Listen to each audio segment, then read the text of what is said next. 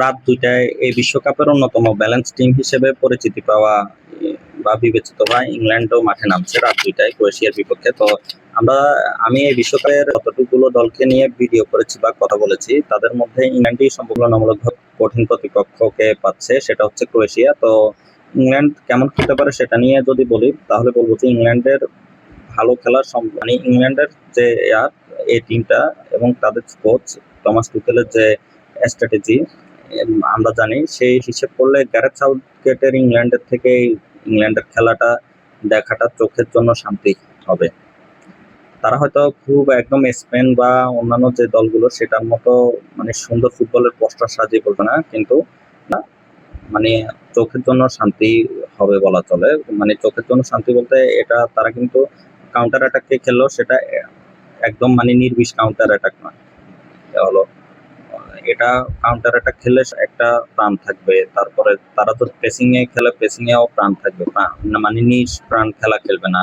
Gareth সাউথগেটের আন্ডারে আমরা যে খেলা দেখতাম ইংল্যান্ডের, সেটা দেখবো না বলে আমি আশাবাদী, এবং সেটা না দেখার সম্ভাবনা অনেক বেশি।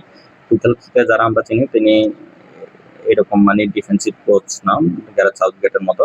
যদিও গ্যারেথ ইংল্যান্ড ভালোই করেছিল, হয়তো শিরোপা জিততে পারেনি, কিন্তু দেখা গেছে যে তারা 2018 বিশ্বকাপ সেমি খেললো, 22 বিশ্বকাপেও মোটামুটি ভালোই রেজাল্ট করেছে, আরো ভালো করতে পারতো কিন্তু পারেনি। যাই হোক, কিন্তু তারা পরপর দুটো ইউরোর ফাইনাল খেলেছে, একটা তো শিরোপা না জিতলো, তারা কিন্তু বেশ ভালোই প্রতিদ্বন্দ্বিতা করেছিল। তো সেই হিসাব করলে বলা চলে যে এই ইংল্যান্ডের ক্ষেত্রে এই সমস্যাটা, ইংল্যান্ডের যে এটা সেই ইংল্যান্ডের খেলা কারোই খুব একটা ভালো লেগেছে এটা বলা যাবে না, কিন্তু এই ইংল্যান্ডের খেলা দেখে ভালো লাগার কথা। এখন কথা হচ্ছে টুকেল কি হঠাৎ করে তার গেম প্ল্যান চেঞ্জ করতে পারেন যদি পরিস্থিতি বুঝে সিদ্ধান্ত নিতে পারেন, সেটাও কিন্তু বিচক্ষণতার লক্ষণ। যেমন আর্জেন্টিনার স্কালোনি কিন্তু প্রতিপক্ষ বুঝে প্রতি ম্যাচে তার একাদশ বা সাধারণ করার চেষ্টা করেন। তো এটা হচ্ছে একজন ওয়াইজ মানে প্রাজ্ঞলোকের আর কি লক্ষণ। তো টুকেল সেটা করতে পারবেন কিনা বা সেটা করার দরকার হবে কিনা সেটাই দেখার বিষয় আর কি। এখন যদি বলি যে তাদের প্রতিপক্ষ হিসেবে ক্রোয়েশিয়া কেমন, ক্রোয়েশিয়াকে নিয়ে বলতে গেলে বলা যায় ক্রোয়েশিয়ার যে গোল্ডেন এজ ছিল, গোল্ডেন জেনারেশন ছিল, সেটার অনেকেই অবসরে চলে গেছে, শুধুমাত্র লুকা মডরিচ আর আছে কোভাচিচ এরা আছে। তো হয়তো তো এখন আসলে আমি খুব একটা এতে এই ভিডিও করার আগে ক্রোয়েশিয়ার স্কোয়াডে চোখ বুলাইনি ওইভাবে। তো যারা আছে তারপরে এখন যারা আছে পর্তুগালের স্কোয়াডে, তারা কিন্তু খারাপ নয়, এবং ক্রোয়েশিয়ার যে একাদশ তাতে বলা চলেছে তাদের কিন্তু বা খেলার ধরন, তারা কিন্তু লড়াকু মানসিকতার দল, তারা হারার আগে হাল ছাড়ে না। কিন্তু তারা কিন্তু বেশ কয়েকটি 18 বিশ্বকাপের ফাইনাল খেললো, 22 বিশ্বকাপ সেমিফাইনাল খেললো, শেষ পর্যন্ত বড় পরাজয় নিয়ে বিদায় নিতে হয়েছে, বড় পরাজয় ঘটেছে তাদের। কিন্তু এতদূর পর্যন্ত একটা টুর্নামেন্টের আসা, এটা কিন্তু চারটিখানি কথা নয়। এছাড়া তারা ইউরোতেও নেশনস লিগেও ফাইনাল খেলেছিল, ইউরোতেও মনে হয় সেমি পর্যন্ত গিয়েছিল নাকি, ইউরোতে সেমিতে গিয়েছে কিনা সঠিক মনে নেই।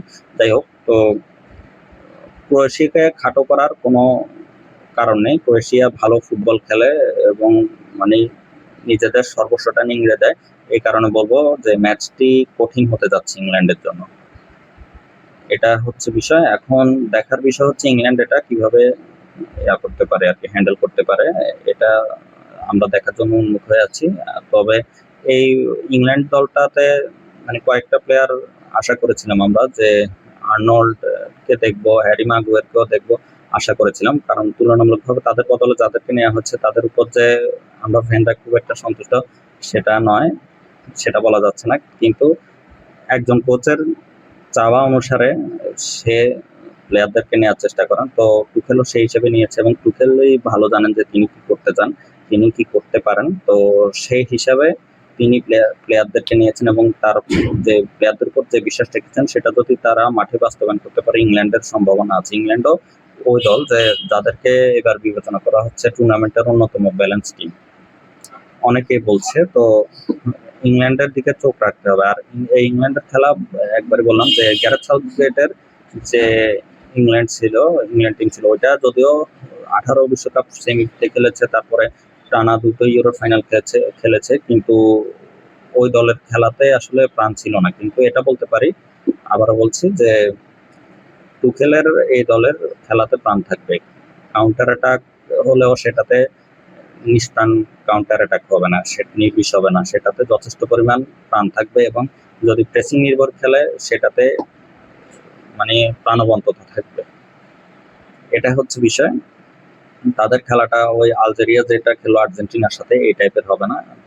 খেলা হবে খুবই এতে স্বতঃস্ফূর্তভাবে খেলবে এই টিম, এটা আশা করি আমি। তো দেখা যাক তারা কেমন খেলে এবং কি করতে পারে সেটা পরবর্তীতে বলা যাবে, এই আর কি। তো সেই পর্যন্ত সঙ্গে থাকুন, সবার জন্য শুভকামনা রইল। সবাইকে আমার দা স্পোর্টস ল্যাব ইউটিউব চ্যানেলে সাবস্ক্রাইব করার আমন্ত্রণ রইল এবং আমার ফেসবুক লাইনে চাইলে ফলো দিয়ে রাখতে পারেন সবাই। ধন্যবাদ সবাই।